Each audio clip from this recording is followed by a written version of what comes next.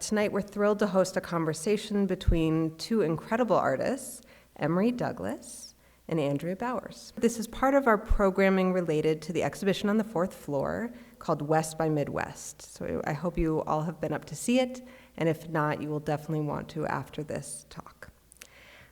Tonight's conversation West by Midwest focuses on artists with roots in the Midwest whose lives and work brought them westward. And in doing so, it really illuminates the ways that contemporary art practices spread and develop through a set of social, political, artistic, and intellectual networks. So tonight's conversation, we're focusing on the activist networks that have informed and continue to inform the work of our two speakers. Before we begin, one quick note of housekeeping, which is that we love to communicate with you on social media through our hashtag MCA Chicago, but we ask you to turn off your cell phones now.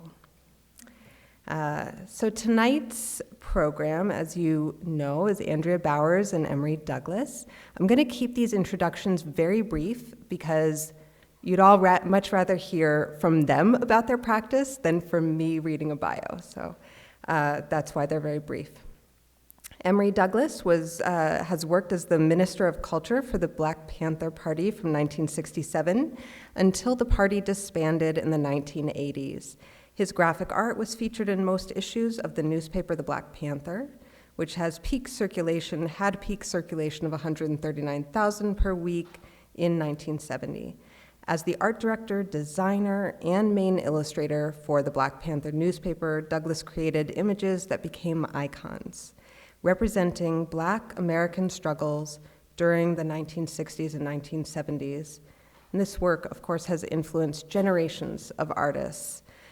His work is actually also up right now at the Stony Island Arts Bank, so encourage any of you who haven't been down there to see that as well. Andrea Bowers is a Los Angeles-based artist, originally from Ohio, working in a variety of media, including video, drawing, and installation. Her work has been exhibited around the world, including in museums and galleries in Germany, Greece, and Tokyo. As a feminist and a social activist, Bowers' work often invokes contemporary political issues, American history, and protest, and she's very interested in the work of Emory Douglas and really considers it to be formative in her own career. Her work was included in the 2004 Whitney Biennial and the 2008 California Biennial. So please help me in welcoming Emory Douglas and Andrea Bowers.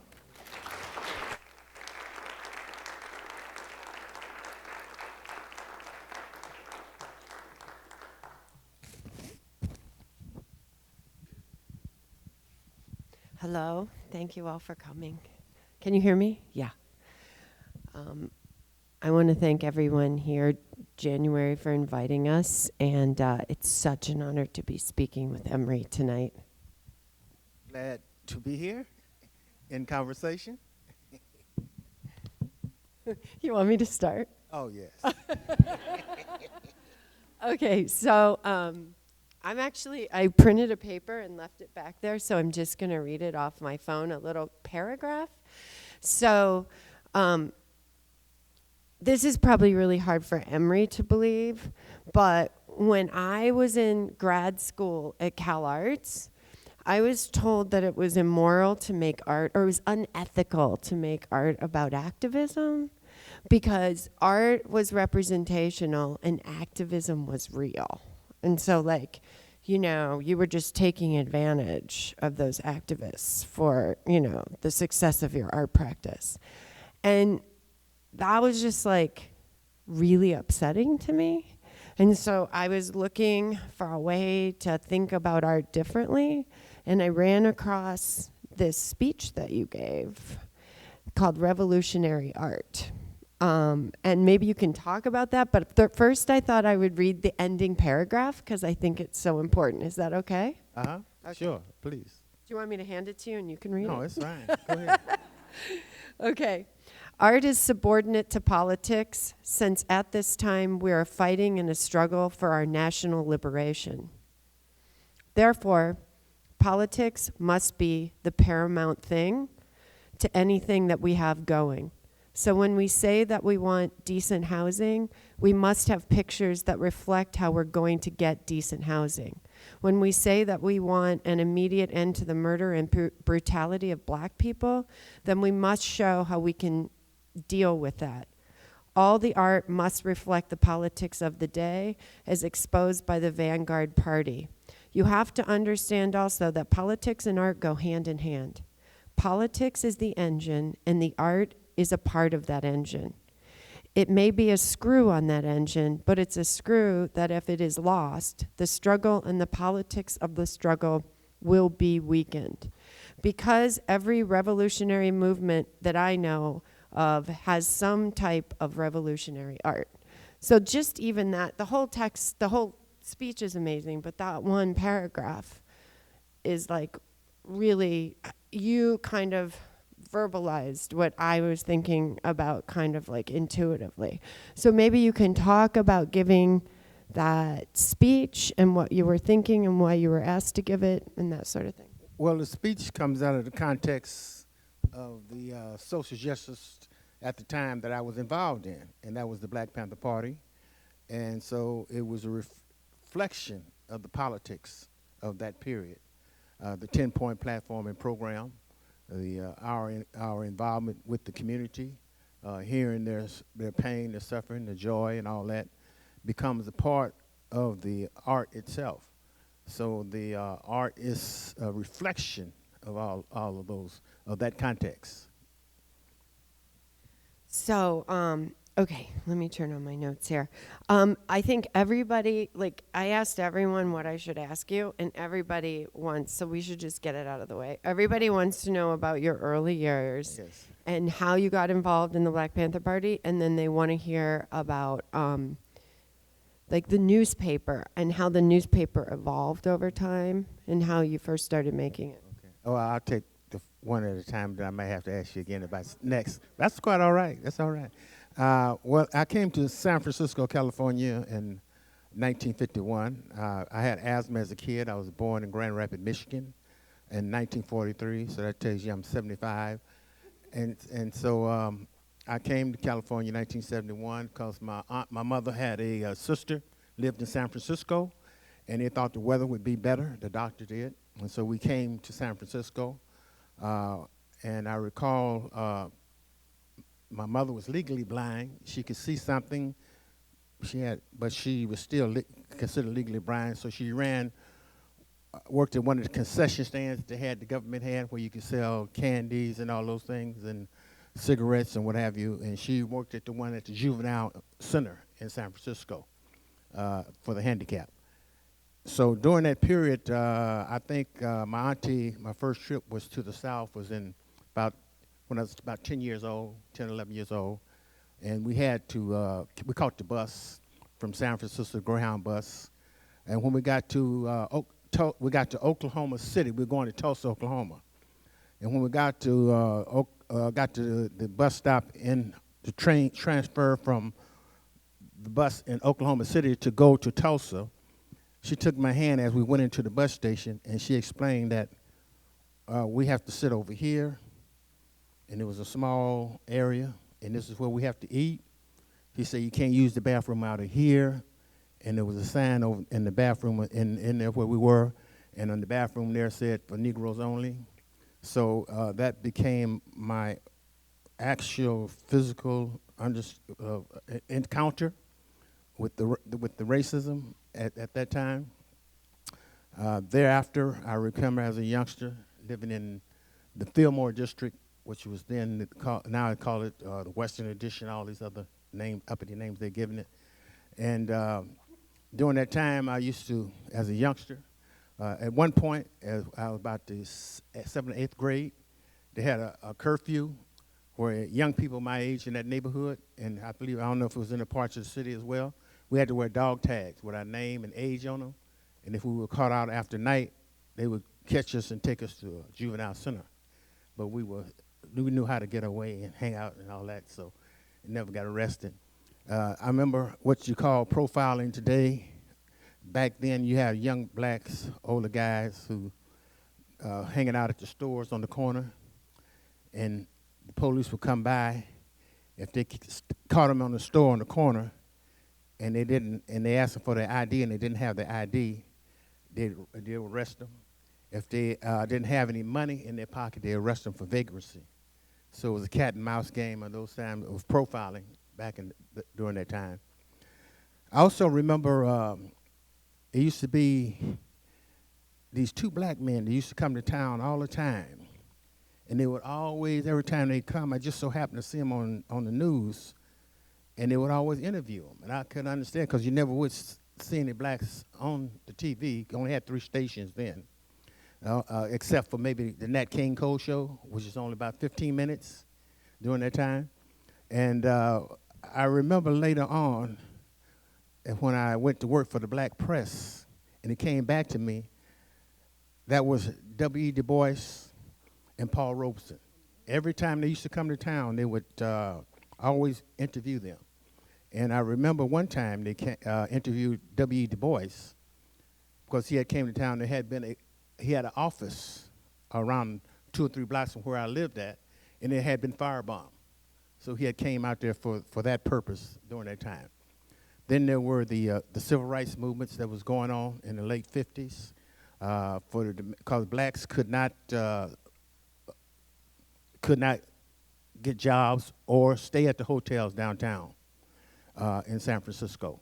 So there were a lot of protests around those things and sit-ins by the NAACP.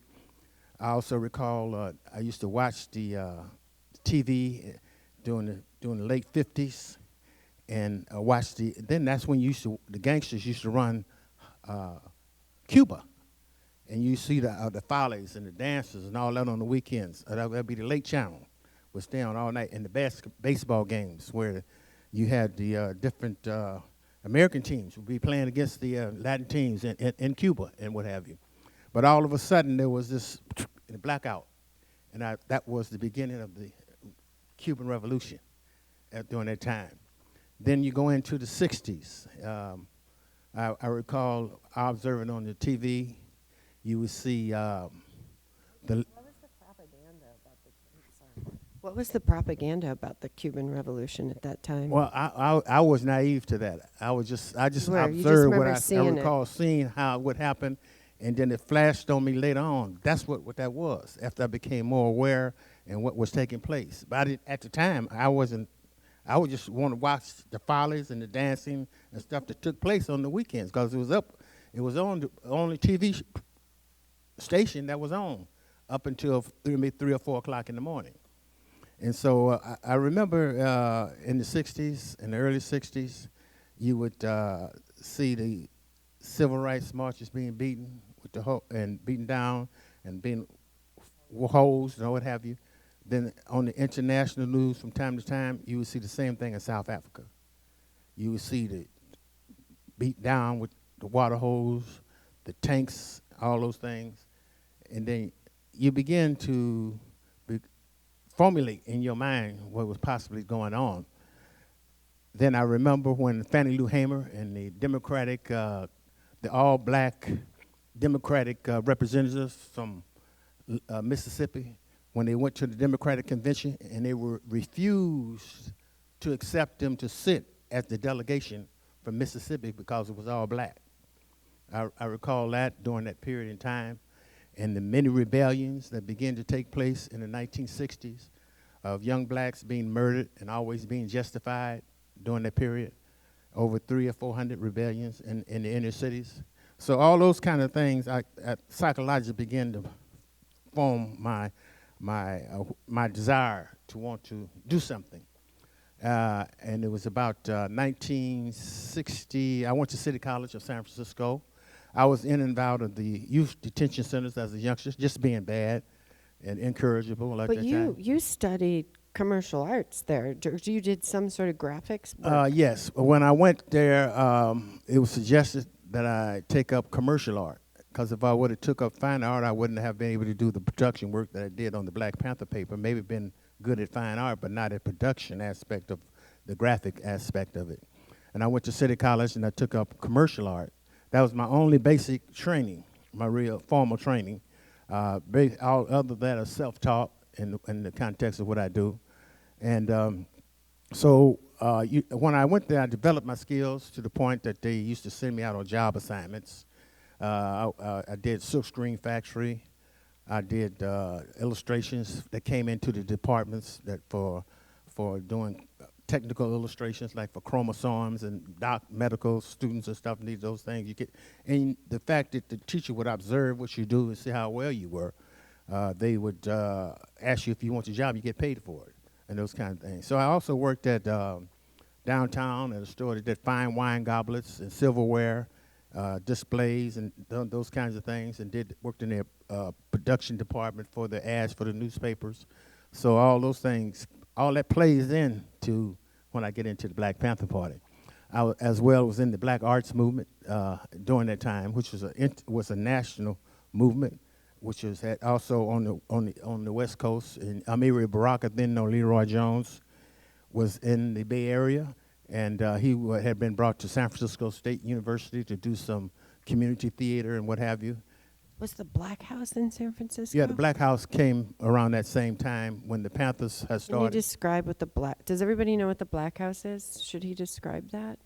Yes. Yeah. Well, the Black House was the cultural location where I was a house where Eldridge Cleaver lived upstairs, and the cultural activity went on downstairs. And that was Emilio Baraka, Sonia Sanchez, Ed Bullens, and then local playwrights and artists and stuff. You come through and do performances and what have you. And so it was called the Black House. And that was during that period of time when Eldridge Cleaver had initially got out of prison, and he was working for Ramparts magazine, a progressive magazine. And because he was on parole, he wasn't allowed to hang around the Black Panther Party because he could have been violated and sent back to prison. But Ramparts, being a progressive magazine, allowed him to be a reporter for them to report on the Black Panther Party. So he was always connected. And Huey and them knew of Huey Newton and Bobby Seale knew of his writings in prison, but they never knew how to get in touch with him until this whole thing came together to bring Sister Betty Shabazz to the Bay Area. And they were trying to get in touch, and they were able to.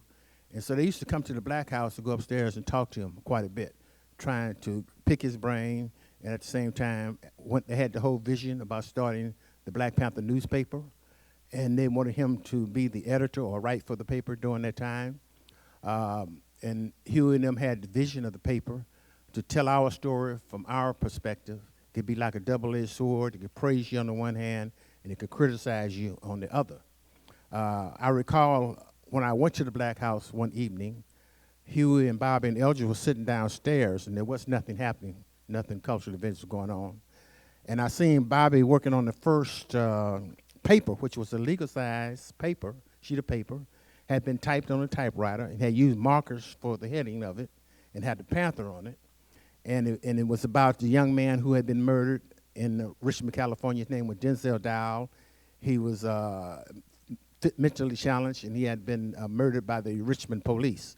And so that's what that issue was about. But I seen him working on it. I told him, well, I still had materials from City College that I could help them improve the quality of the work.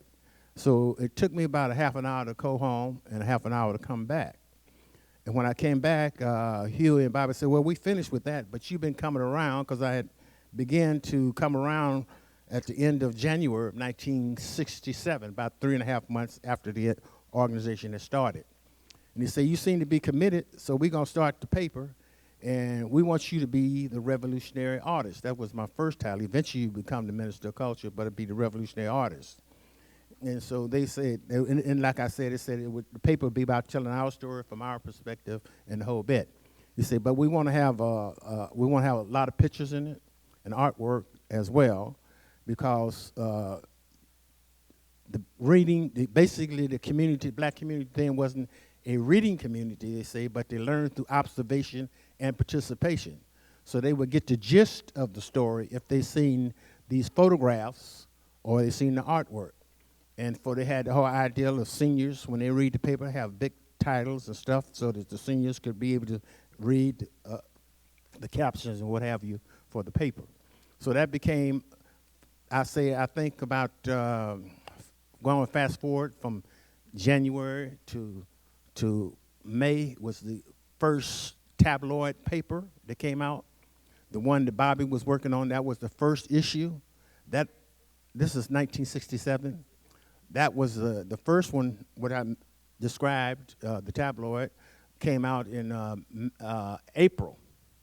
But then the second one came out when we went to Sacramento, California, when a lot of people may be aware of when we went to observe the laws in relationship to them trying to change the local gun ordinance, because Huey Newton and Bobby Seale and the Panthers were patrolling the community with the guns legally, had the right, Second Amendment of the Constitution gave the right to bear arms, and doing it legally and doing it in relationship to the law, standing a proper distance away from the arrests, but educating those who are being arrested about their legal rights when they were in arrest. All they had to do is give the name, age, or they had to take the fifth and say nothing. Then we would talk about going down and bailing them out and those kinds of things that assist you. So it was during that period that the first paper came out when we went to Sacramento, because they got this right-wing assemblyman named Mulford to change the local gun ordinance, because the police were frustrated because they didn't know how to deal with Huey and the Panthers patrolling the community then, based on and doing it based on the law, because Huey and them understood the law. They had worked in the law office, and so they understood and had access to legal books and what have you. So they understood the basic law. So when they were trolling, they would explain they had the constitutional right and all those things. And so they wanted the police were so frustrated that they wanted to change the gun laws. So they got this right-wing assemblyman named Mulford to change the gun laws.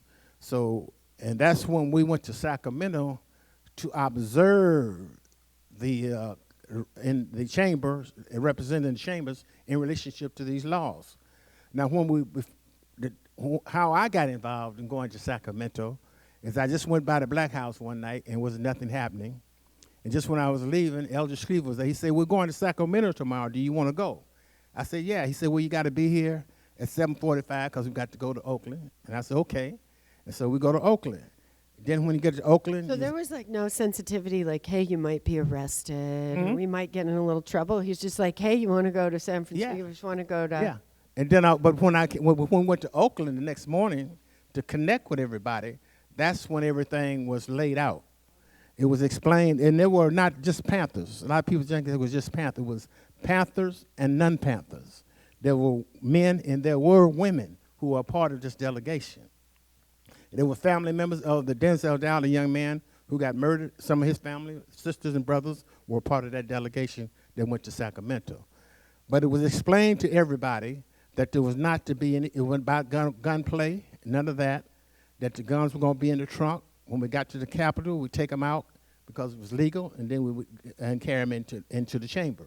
But it was explained that we were going there for two things. One was to read what we called Executive Mandate Number 1, which was about the concentration camps USA, which today you call it the prison industrial complex. To talk about that and how that was being planned for black folks during that time. It was also explained why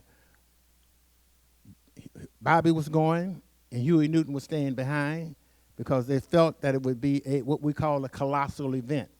It would be picked up by a lot of the news and media and what have you. Therefore, they needed somebody to stay behind to deal with the press and what have you.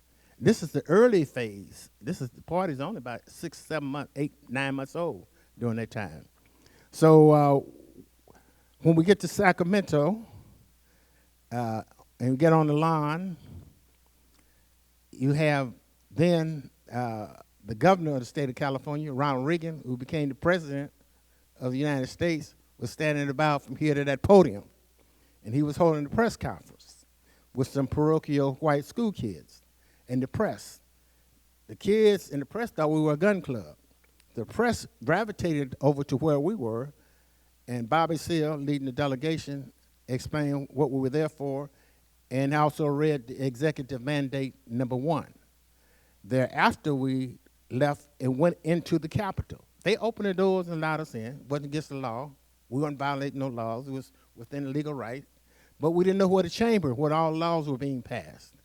So the newsmen were in front, and they trying to find out, and they got directions that it was upstairs on the second floor, and we following the newsmen. And the newsmen go into the chamber where the laws are being discussed and legislated, and the first thing they say is, get the cameras out of here.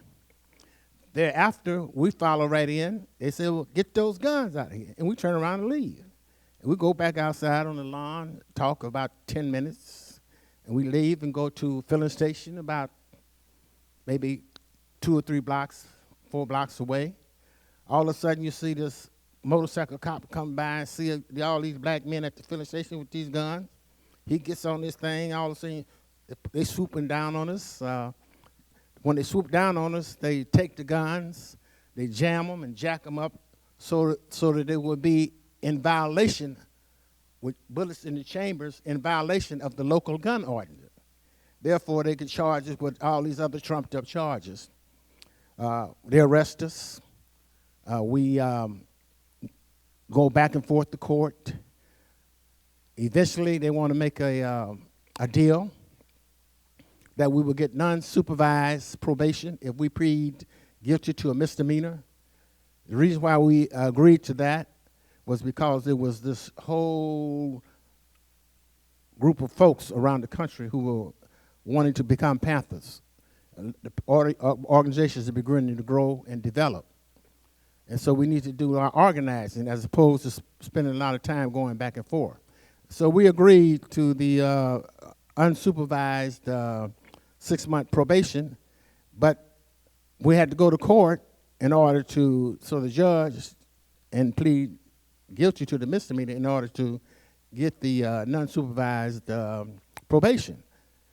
But they didn't know who had guns, so Bobby Seale had to choose the other about 3 or 4 people that they knew had guns, but the other in the pictures they couldn't tell who had guns. So Bobby Seale had to pick was about 7 to 10 folks to go and plead in relationship to the misdemeanor. I was one of those who was chosen, along with a few other Panthers. When we went to court and we pleaded guilty, this is how you plead, we plead guilty. And we finna walk out to court, and the judge said, no, y'all going to jail. So they set us up. So they set us up. We went to jail. I think I did about 3 or 4 weeks.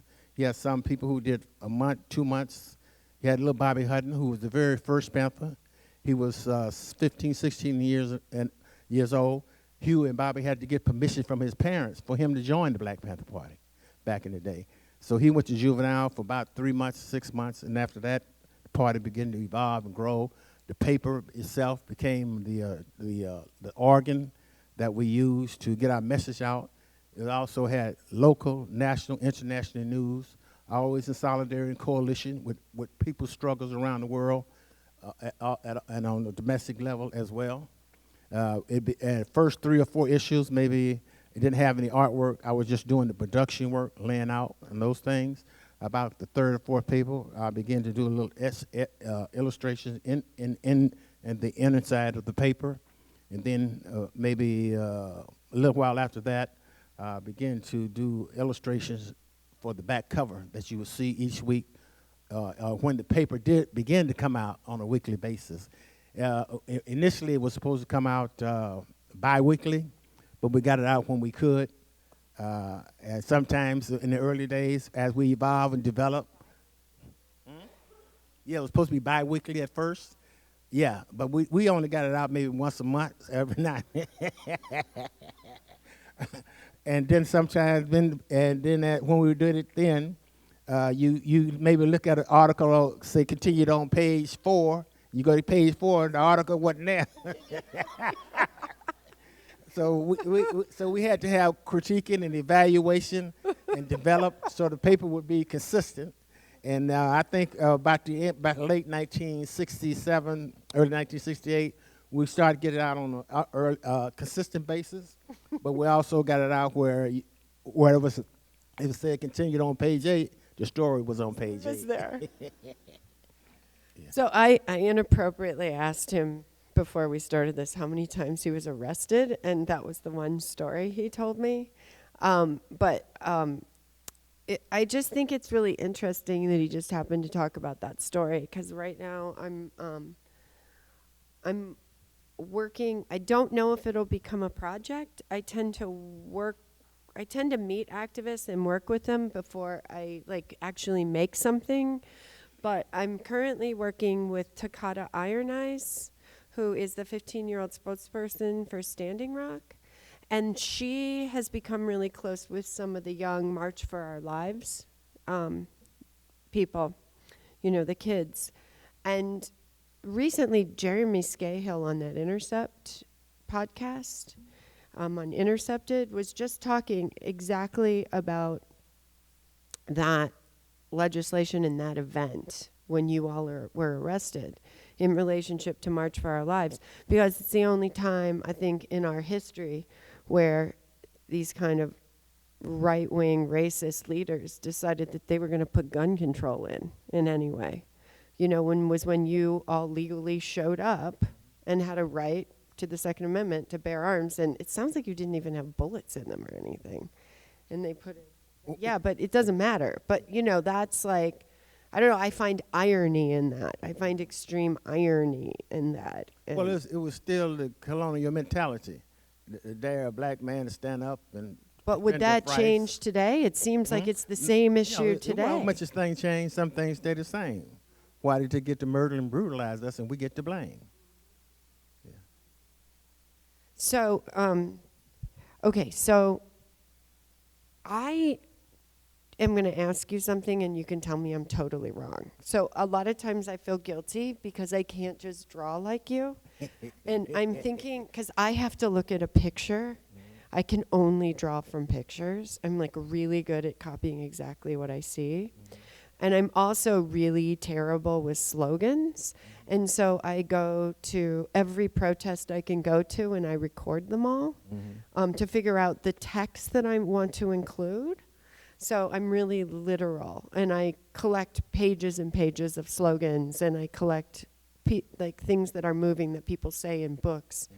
So I'm wondering, Kathleen Cleaver talked about you being really quiet when groups of folks would get together in the Panthers, and she always thought that you were just quietly recording stuff in your head. So I'm wondering, first of all, did you ever use photographs? Did you ever take pictures to then draw things from? Well, I used to look through books, and because I try to have a models, and sometimes I would use those mannequins to interpret. If I wanted to get a certain down, then when I would just do visually interpret the drawing, a figure without a photograph or anything, then you get a different feel. It depends on. It became the point where the kind of feeling that I wanted to express with the artwork would determine how I would do it or what I had access to in order to do it, materials at that time. Yeah. So I saw that you talked about that there were a couple of posters there's a couple of posters where you did drawings of people reading the paper, there were some posters you made, some graphics, Yes. you made of people reading the paper. Mm-hmm. And it had seemed like you had actually taken their pictures. Yeah, Is that yeah. true? Well, those are photographs of folks who wanted to get their paper every week, and wanted to highlight them. And so there was this one sister who used to get her paper and sit in the back of the central headquarters where her lot was, and she would sit out there and read her paper. Then I got an illustration where this brother who used to come by, he had the wine bottle in his pocket, and he'd be slushed, but he would come get his paper every week.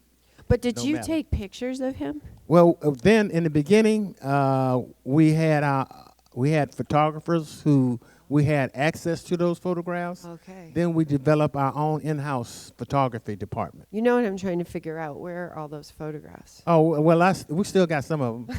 Matter of fact, I've remixed some of those images today. And I do have a whole on the social programs that we have.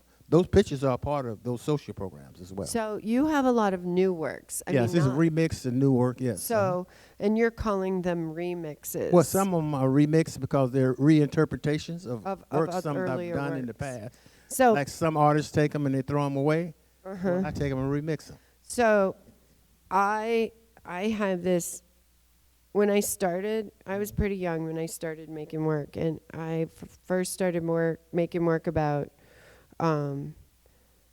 like tree sitters, like environmentalism, climate justice, we call it now. Yes. And I started making work about, prior to the passage of Roe v. Wade, women. There was a group in San Francisco called the Army of Three, and they were trying to make abortion legal.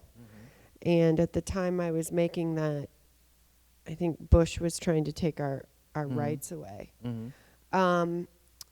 And, you know, I can go on and on, but I was really worried when I started making that work, but I sort of didn't care, but I was worried that it was like really local, really of the moment, and that over time my work would be irrelevant. And now at 53, I wish my work was irrelevant.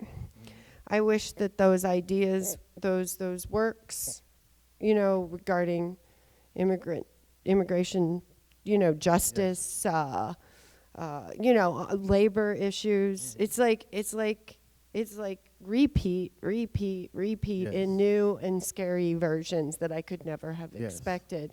So when I heard that you were doing these remixes, it made me think about that like you hope in one lifetime things get better, but they don't. And so I don't know, I was just wondering if you could talk about it in those terms at all, like what's different, what's the same, how it feels to be remixing those images and having them still be relevant. Well, all of them are not remixed. Sometimes I have a list of stuff that I want to work on: immigration issue, war, you know, all those things, social justice issues, and I may try to work on at any given time one of those issues, and over time it becomes a volume of work.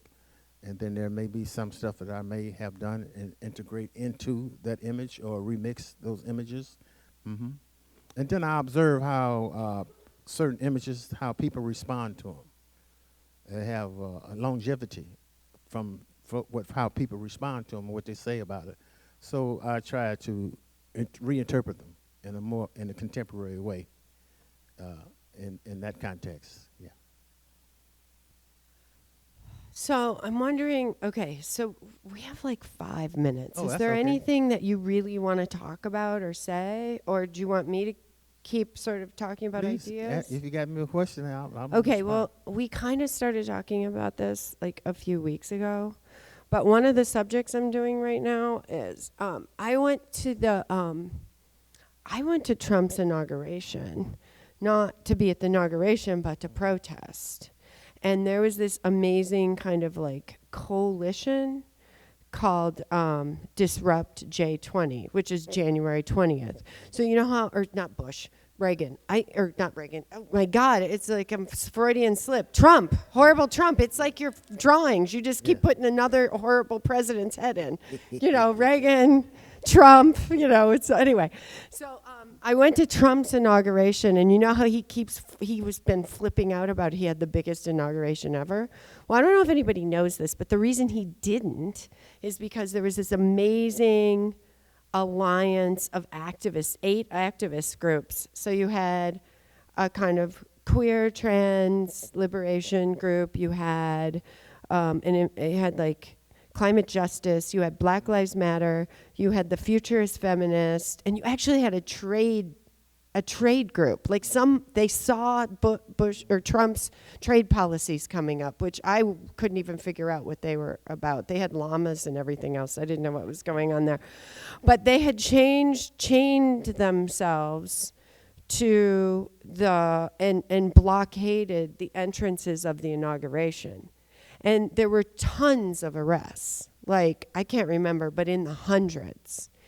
And it was all nonviolent, and it all ended at the Black Lives Matter and then this amazing activist who I actually was fortunate to record her talk, Future, spoke. But so I've been watching, and I think about, it seems like, from what I hear, like a lot of the feminist groups from your era of the Black Panthers, and it seems like you all were working with, you know, the United Farm Workers and like AIM and groups like that. Yes. So this Yes. idea of alliance building has become really important to me, because that group, Disrupt J20, was really exciting to me because it had been a long time since I had seen such diverse issue groups come together and work together and see a reason to support each other's struggles. And I feel like that's disappeared a little bit these days. And for me, I find great hope in that, and that's how we can make change.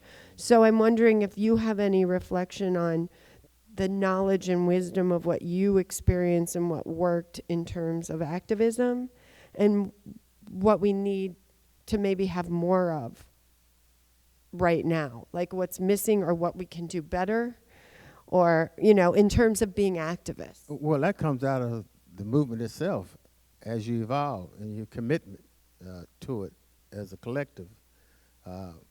You can have many possibilities, but if you don't put them into practice to see how it works in the real world, critique and evaluate it and sum it up and correct it and continue on, then you'll never know. So it's based on the practice, but it's also based on being symbolically trying to being inspiring to those who want to be inspiring with what you're doing. That is a part of also how people come together, and also the repression breeds resistance. Right. Yeah. So all those dynamics, but you have to. We were just in the right place at the right time. You know, the organization. There would have been nothing in the history of this country like the Black Panther Party. Young black youth. This is a youth movement. 15, 16, 17, 18, 19 years of age. That first cadre. You know, old folks in the party with 30 years of age. You think about some of these young people today, like in Black Lives Matter, you know, in the Standing Rock movement, in the March for Our Lives. They're all 15, 16, 17, 18 years too, and that's amazing, and that's super exciting. Yeah, we'll connect with them. Yep. I've done some talks with the Black Lives Matter group out of Florida. It was a group that had a convention when they had their first convention, I believe, in Ohio. They were trying to get in touch with me through some of the other Panthers who they had invited, and we finally connected. And they're called the Dream Defenders. And The Dream Defenders, they were in Florida. yeah, and they wanted to talk about art because a lot of them were artists, and we had an hour talk or more, and they were questioning about my work and what I was doing and what have you. And I was telling them about the OSPAL, Organization of Solidarity with People of Africa, Asia, Latin America, and Tricontinental Posters, which came out of Cuba during that time, amazing political posters. And they were Googling it right at the same time. They didn't know nothing about it, but when I told them, they was, it gave them a whole nother perspective. But on that's political like art. so important, because that's how we learn, so we're not like having historical amnesia all the time. Yes. Like, I think it's really important to learn like what worked, what didn't work so well, so Yeah. we're not like constantly repeating the same processes. Even if what works and what doesn't work doesn't necessarily always relevant work and at it. doesn't work. Yeah, because of the dynamics. You know, they didn't legalize, they didn't criminalize everything that we were doing back then to make change. A lot of that, you're giving people, 7, 10, 15 years for protesting and all those kinds of things, you see. So you have to look at it in the context of what's going on now and how you can strategize to be effective and have an impact, you know. But you have to be committed. And that don't mean you don't have fear, human nature, you know, but you still have to be committed to what you do and how you do it.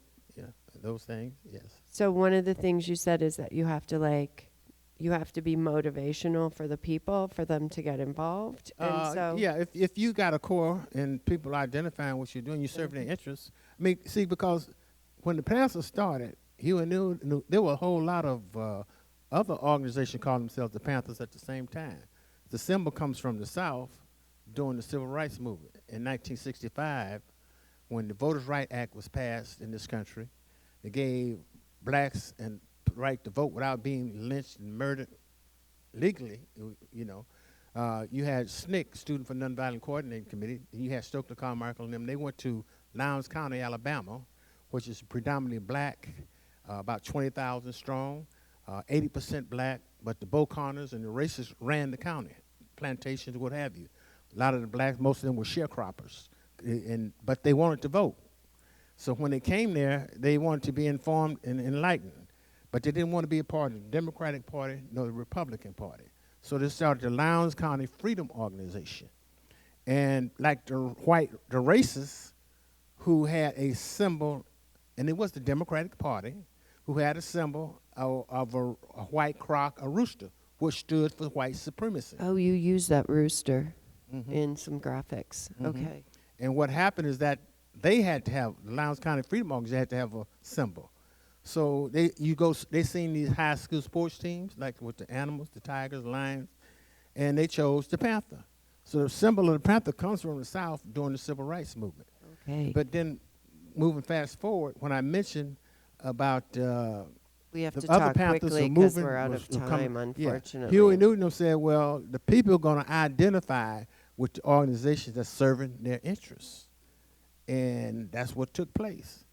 The free breakfast for school kids, the free health clinics, all those things were needed by the community. The ambulance service? Ambulance service in Winston-Salem in the South. First chapter in the South, Winston-Salem had an ambulance service. The regular ambulance service refused to come in on a timely basis or at all. So the Panthers went and got certified as ambulance drivers, and the community helped them buy an ambulance. So you had the Black Panther Party community The ambulance Black service. Panthers were What's the doing saying? more social services than the government was. And I don't think anybody realizes that. No, yeah. Well, that's why you had the free lunch programs in school. Right. They had So- to acknowledge that. So I hate to we cut have you to finish, both but I off, just yeah. was trying to get you to say that art helps, program, that yeah. art helps inspire the people to get active. I was trying to get you to come back to the importance of art in activism, so we would end on the same note Well, we art began. is a tool. Yeah. Okay, so Maybe we'll shall we get there open it through up to question and questions? answer. January, Emory, thank Yes. you for doing this with me.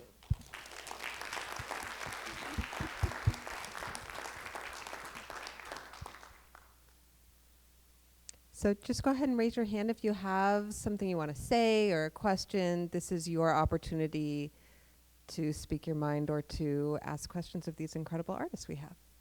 So just wait for the microphone. Come on, somebody ask us a question. Here's one. Here we go. Thank you for that. It's always like everyone's afraid to ask the first question. Oh, very nice talk. Emory, I'm impressed with your chill and happy-go-lucky attitude at this stage in life. I don't know if you've mellowed or not, but I want to take you back to your edginess and when you first started. And what were some of the times when you really were pushed to the edge in anger? And how long did you have to wait, count to 10, to actually do something on paper, to express yourself with the art? Did you have to sort of sit back before all that anger came out in your art so you could actually give a better expression of what it was meaningful to you? Or were you just over-the-top angry on a few occasions that were ridiculous? Well, sometimes the frustration and anger came out in the artwork, just in general. You listening to the people, you hearing what they're talking about, how they're feeling, and you expressing that in your artwork, interpreting your artwork. Sometimes it was highly provocative. Other times it was pleasant and loving, in some cases.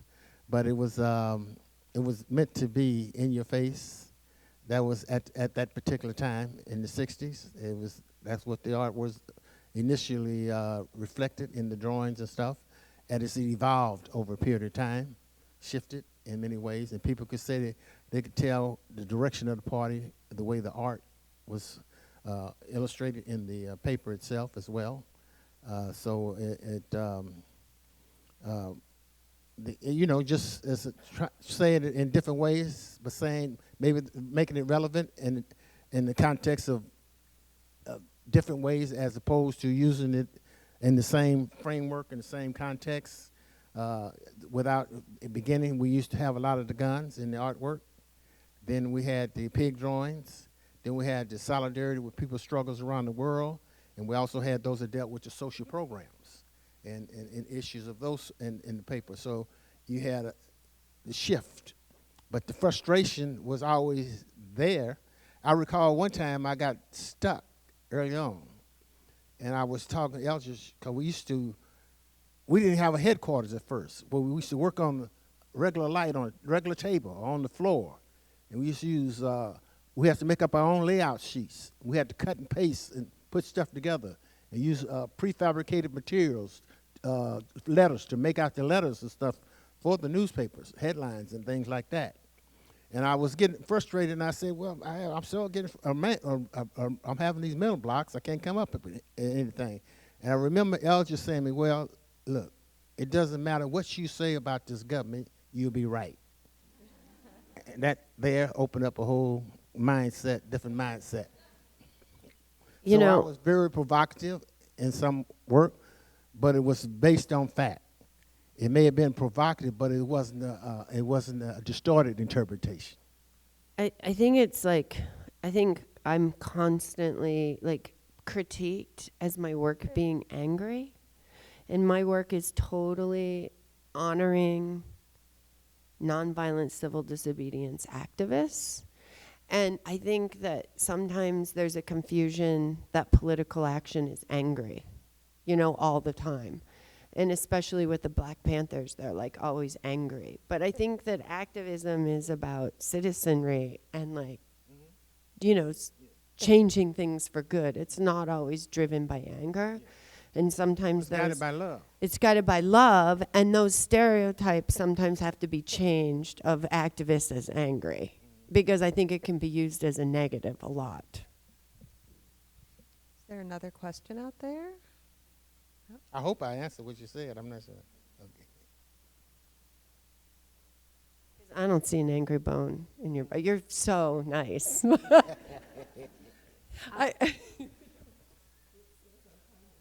First of all, I just wanted to thank both of you. And before I ask my question, Emory, I just wanted to let you know that Siobhan Gregory told me to send you regards from Wayne State in Detroit. Oh, yes. Okay. So coincidentally, I was today I was in Cleveland, and Tommy Smith, the athlete who. Yes, we did some at Yale. Yeah. So he I was at a conference that he spoke at, and somebody asked him if he knew Colin Kaepernick. And so I noticed in your artwork that you had made reference to Colin Kaepernick, and I just wondered if you could maybe talk about your opinion about that type of activism, which is... I got several images I done. I done one with John. We got on the front of the paper in 1968, John Carlos and Tommy Smith at the 1960 Olympics. But in the next Olympics in 1972, you had Wayne Collette, a black runner, and another runner who the protests continued. When the national anthem was played, they just stood up on the podium. They just, with the chin, hand on the chin. They wasn't raising the flag, any of that. And so I tell people that's the Kaepernicks. That's where Kaepernick comes from. So the link is there, and that was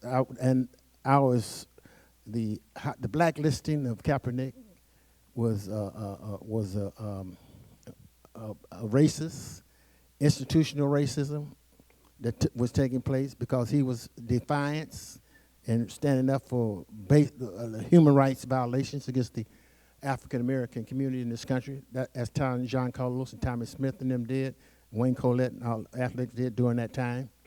I also had Serena Williams in there and it had the badge "I am we," because you are. That's like an African proverb, and it's because of observing how she's treated in relationship to her beauty and her outspokenness. And so also that's contemporary. that's contemporary in relationship to and young people.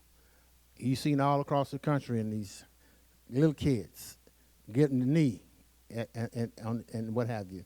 So that's the inspiration. That's the inspiration of today in a broad way, broad context of informing, inspiring. So that's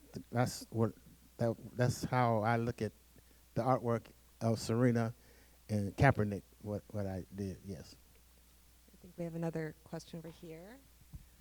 Thank you very much for an awesome talk. It's a three-part question. The first two is for both of you. The third one is for Andrea. First is, how do you keep hope alive within yourselves when you're dealing with this struggle, when you're dealing with social justice work, because it's eternal. Number two is that how do you survive, not just with hope, how do you survive financially? Is it lucrative to do social justice artwork? And then number three, for Andrea, as a person, as a white woman, dealing with issues that deal with other races as well, that affects all of us, how do you handle your critiques, and how do you go beyond that? Answer that really quickly, because I get asked that question all the time. No, go ahead. First of all, I really believe in intersectionality. So, there's all these complicated issues. But if white people sit back and don't say anything, then we're participating in xenophobia. And we're participating in all of those things. So this is about making the better.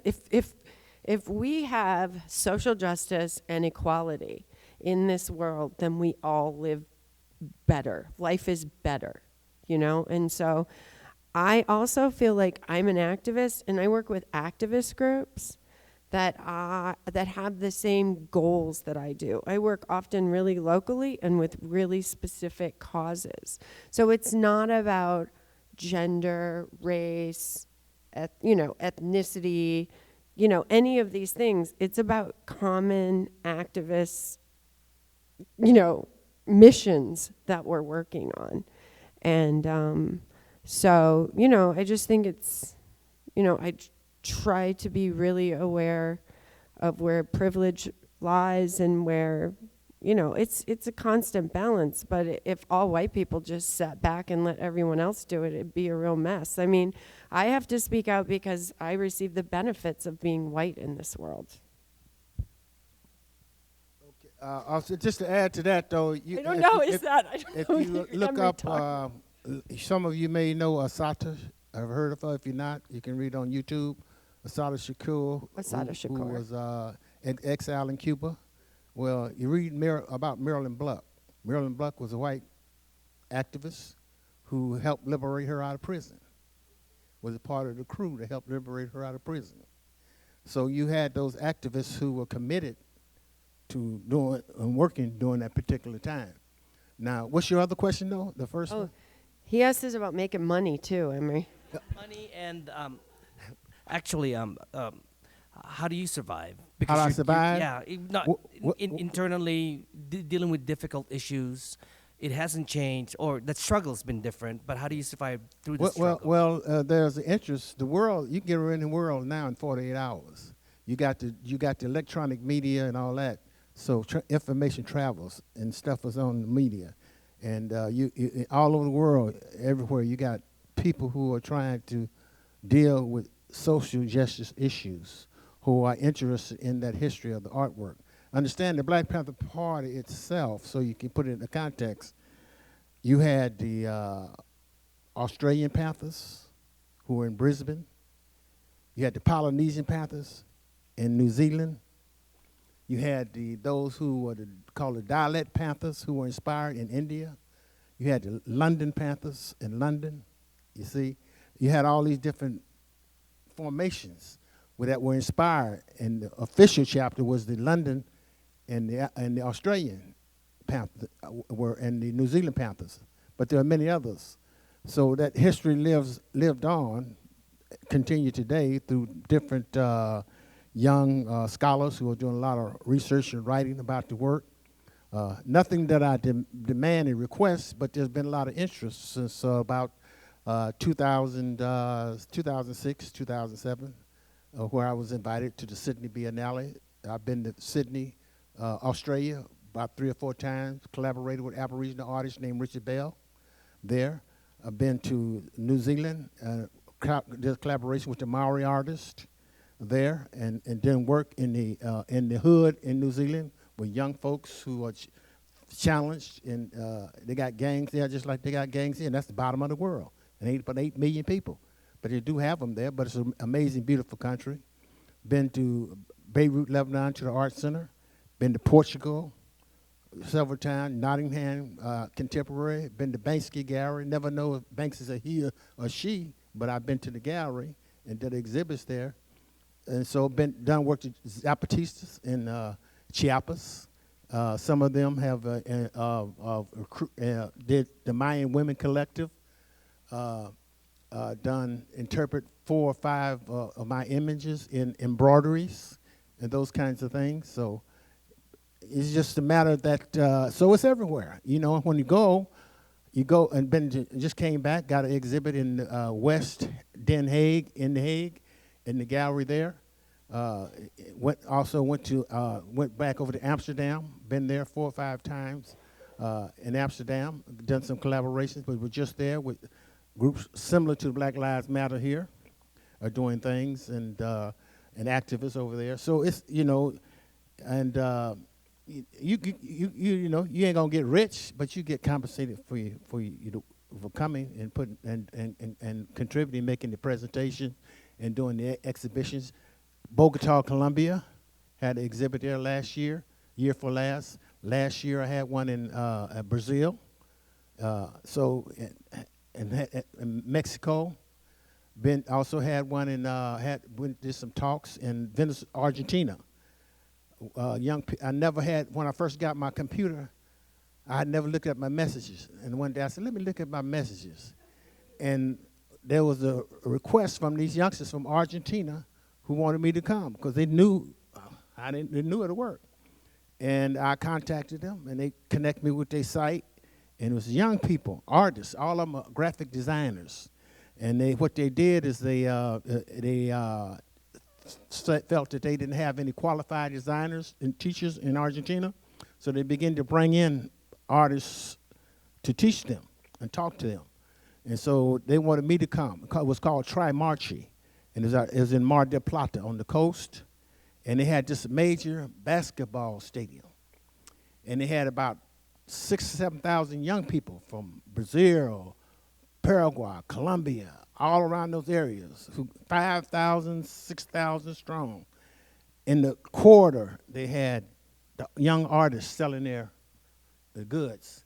Outside, during the breaks, they had music playing, and they had skateboarding and all these things going on. Then you come in and do your talk.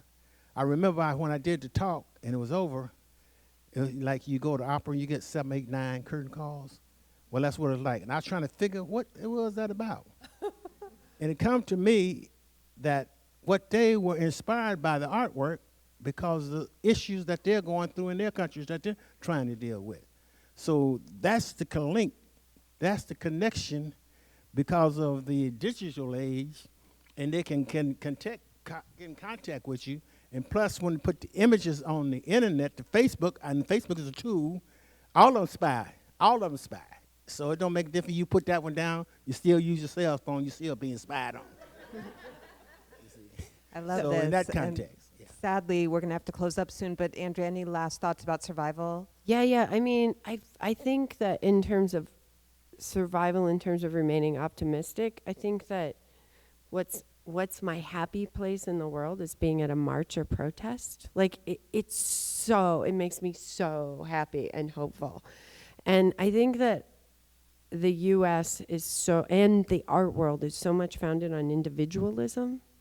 And I think that's really a problem in that if you just start to think, there's this term called radical patience, and believing that your enemies, if you really want to be successful, your enemies have to become your allies, and it may take multiple generations. So instead of seeing yourself as an individual making change, you think of yourself as part of a big group, and you don't even know a lot of those people who are working together on common causes, which is what Emory was just describing.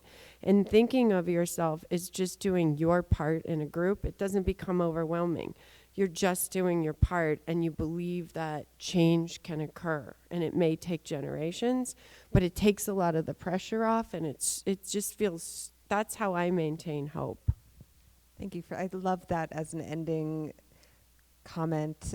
Thank you both for being here, and thank all of you for being here and bringing your ideas and your bodies into this space on this cold day.